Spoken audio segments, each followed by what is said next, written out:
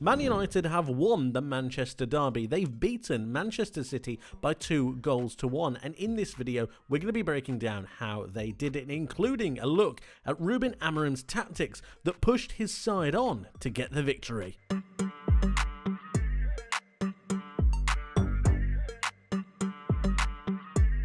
It's worth noting that neither side came into this match with a good or rich vein of form, and this is especially true for Manchester City, and this was reflected in not only the team selection but also the tactics utilised by Pep Guardiola, starting out with a back four but moving Guardiola into a more central area next to İlkay Gündoğan meant that Manchester City controlled the football in the centre of the park. This gave them a possession dominance, especially in the first half, looking to try and find Phil Foden and Kevin De Bruyne in these pockets of spaces, both drifting out into different areas to try and receive the ball and move and shift this Manchester United defensive unit.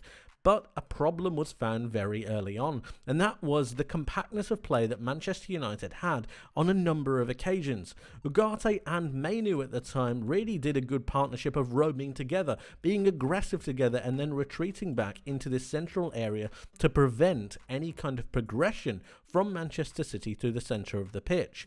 Ahmad and Bruno Fernandes came centrally as well, and this prevented Man City's build-up through the centre of the pitch, forcing them into areas that they weren't particularly too comfortable with.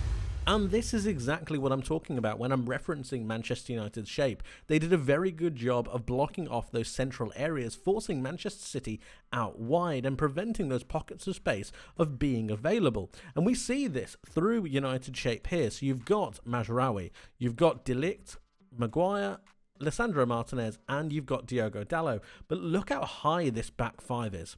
They're really pushing quite high up, making sure that they're able to condense the space between Rasmus Højlund and the back five, meaning that there isn't a lot of space for Manchester City to really play in here.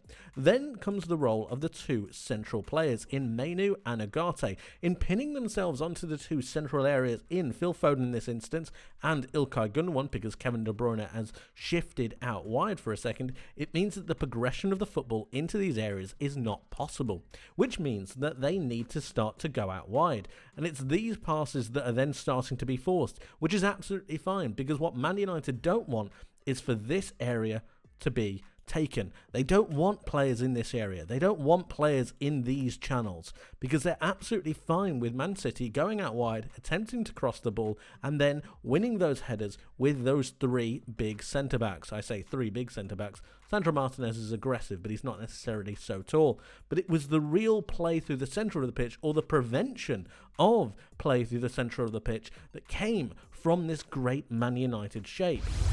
A key aspect to this Manchester United defensive shape is aggression, but it's controlled aggression, and that might sound a little bit counterintuitive, but what I mean by that is that it's about where the players become aggressive. Take this, for example, Mazraoui onto Doku.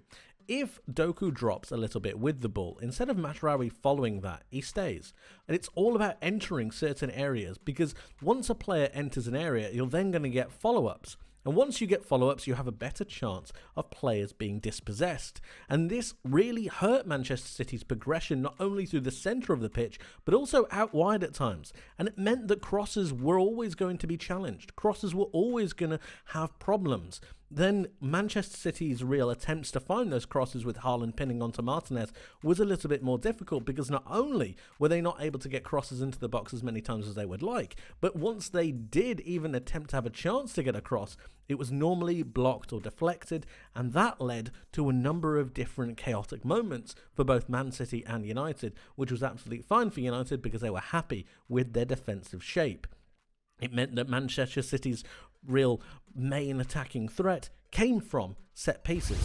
And that's exactly where Man City got their goal from. So you got Kevin De Bruyne playing somewhat of a short free kick really quickly towards the outside of the box. It gets given back to him. But look at the aggression from these two Man United players looking to close down De Bruyne. This is the right thing to do, but it gets deflected. And in getting deflected, it loops perfectly over into the centre of the box. Now this makes it a little bit more difficult for the Man United defenders, but I still think they need to be doing better with this free ball. Once this happens, it lands onto Guardiola's head, and Højlund just gets caught under it. You've got the likes of Dalot being caught under it, and then it's about Guardiola making that header I think he does a great job of directing it towards goal, but he is fairly unchallenged. It's unfortunate for the United defenders, but they need to be aware at all occasions, and really sometimes it's all about attacking the actual cross rather than marking a certain player.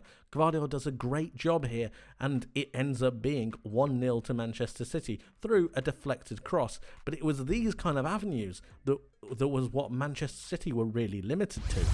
Man United themselves had limited opportunities to progress the ball, but when they did, it was through controlled possession through this back five and then progressing through this right-hand channel, attempting to isolate both Jeremy Doku and Matheus Nunes to try and get an upper hand in this right-hand pocket, this right-hand channel. And this was through Amad Diallo making runs off of the ball, both down the wing but also drifting infield. And this is a crucial key point that I want to mention. Runs off of the ball are incredibly crucial when it comes to playing against Manchester City because they're just not that defensively aware. When it comes to build-up play, yes, they can be really aggressive onto the attacking players, but they really struggle to follow runs in between the lines. And it's these runs in between the lines that end up being Manchester City's downfall. And when we think about the movement of these Manchester United players, Rasmus Højlund can do that, Amad Diallo can do that, Bruno Fernandes, even to a certain extent, is able to be mobile enough to be able to run in between these channels and really make life difficult for Manchester City, and that is exactly what ended up happening. Take this for example. This is an opportunity that Manchester United had during the match. And we have Lisandro Martinez here with his left foot whipping the ball round towards an on-running Rasmus Højlund. And this is especially key because look at Højlund's body position. He's willing to run in beyond. He's willing to run those channels and run into this space. This is crucial, not only because it moves the Manchester City defenders, but also because it creates extra space for his own teammates. Look at how high this Man City line is as well. To catch them offside is very important, but it's also dangerous because you're leaving a load of space in behind this defensive unit, which has already been proven to not essentially be as resolute as I'm sure Pep Guardiola would want it to be.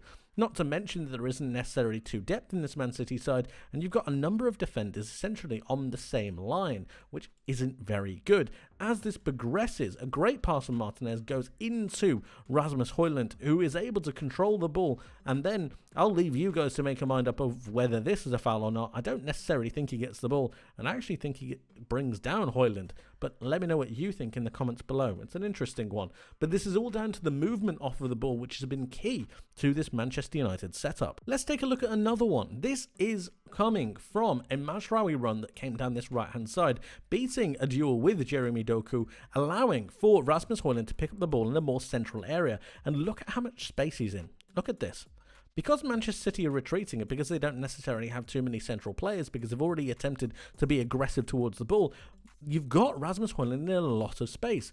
And then we're looking at Bruno Fernandes, because this run from Bruno Fernandes is extremely crucial. He runs in between this line. Kyle Walker is trying to play this high line. Ruben Dias is trying to do the same, and Guardiola is retreating. But it's this run that is so very good, and he gets seen by Rasmus Højlund. Look at them trying to play this offside line, trying to play this high line. The ball gets played through towards Bruno Fernandes, and really, he should score. But again, the runs off of the ball are absolutely crucial. Once they maintain possession and gain it, it's then about the runs off of the ball to create space and channels for others, but also to create a more dangerous attacking approach.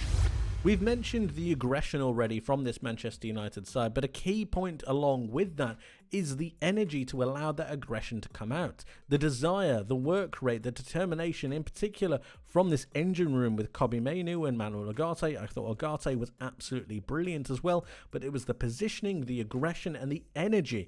I need to emphasise that. The energy that came through from this Manchester United side, whether it be the fullbacks or the wing-backs, with Mazraoui and Dalot being always available on this right and left-hand side, whether it be Mainoo or Ugarte pressing forwards into those Manchester City midfielders, or whether it's Amad Diallo with his energy, his work rate, his pressing pace, his real tenacity off of the ball that gave Manchester United a really good opportunity to get something out of this game. And that is exactly what happened. And this is how it unfolded. So, there are a couple of things to really unpack here. It's not as simple as a pass was misplaced and everything goes badly. It's not that simple, because what actually ends up happening is that you've got 1, 2, 3 Man City players essentially playing as the back three. This is Matheus Nunes, this is Kyle Walker, and this is Ruben Dias.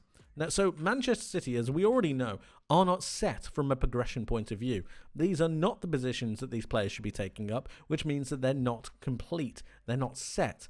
Then you've got Mateo Kovacic and you've got Guardiola in the centre of the pitch. They're still trying to do the fundamentals that Guardiola wants. You've then also got the attacking midfielders in Gundogan and in Phil Foden just a little bit further ahead. But really crucially, these players are not set. They're not in the right moments. They're not in the right positions, which means that it makes it a little bit more difficult to play out. Once the ball gets passed towards Matheus Nunes, you've then got an option for a press from Xerxes, from Mainu, and from Amad Diallo, which is really important because once they start to press, you've got Diallo pinning onto Ruben Dias, which means he cannot receive this pass right here. This cannot happen. Can't play it, which means he's got to go back to the goalkeeper. Now this is where the mistake is. The mistake happens because he doesn't put enough weight on it. But I'd argue there's another mistake before that. If we just take it back a moment and just look here. If you are understanding the game state, and what I mean by that is the moment in the game, you are 1-0 up. Remember that. You are 1-0 up with 86 minutes on the clock. You have 4 minutes left.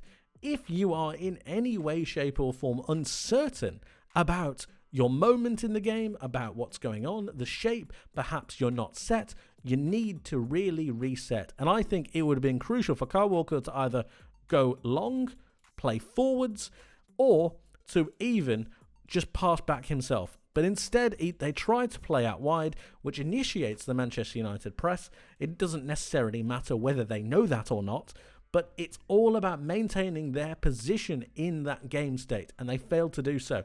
Man United capitalised on that through that brilliant work rate from Amad Diallo. Look at him. He anticipates before Ruben Dias, and he's fast enough to be able to get to the ball first. It's then about the goalkeeper. Diallo managed to get to the ball before the goalkeeper, which means you've got another problem. It's error upon error. United capitalising.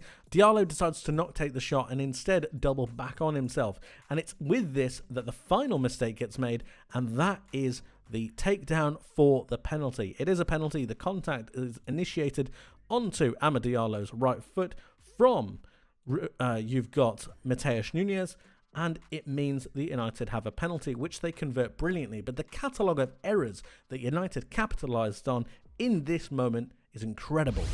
And finally, before we wrap up, guys, let's talk about the winner. This is incredible. It's a pick for goal of the season, if you ask me. But what happened? What broke down? Right.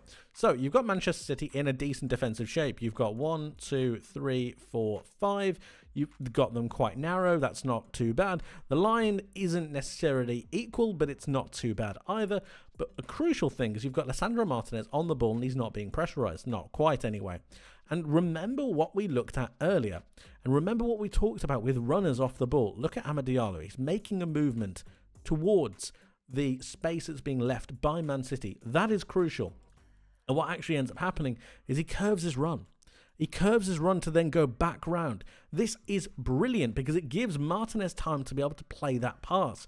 It really curves the run so he stays onside. He makes sure that he can get to the ball, and then it's all about Amad Diallo. But remember, we've seen this moment before with Martinez passing to Højlund. It's something that United must have worked on. The runs in beyond, really well done. He sees that run, he plays that pass, and then it's about this guy. It's all about Amad Diallo. The pace, the determination, the energy. Remember, we talked about that as well. The real desire to get to that. The goalkeeper is in no man's land. That needs to be absolutely clear. He doesn't know what he's doing. He doesn't really get there. And this touch, I just want to focus on that because this touch is absolutely brilliant. It is sensational to take it around the goalkeeper and then to have the audacity to attempt to finish is sensational. It is one of the goals of the season for me. But I want you to let me know what you guys think. Let me know your thoughts in the comment section below. I would love to hear from you. Thank you ever so much for watching, guys. I hope you enjoyed. I hope you learned something new, and I hope to see you in the next one. But until then, my friends, take care.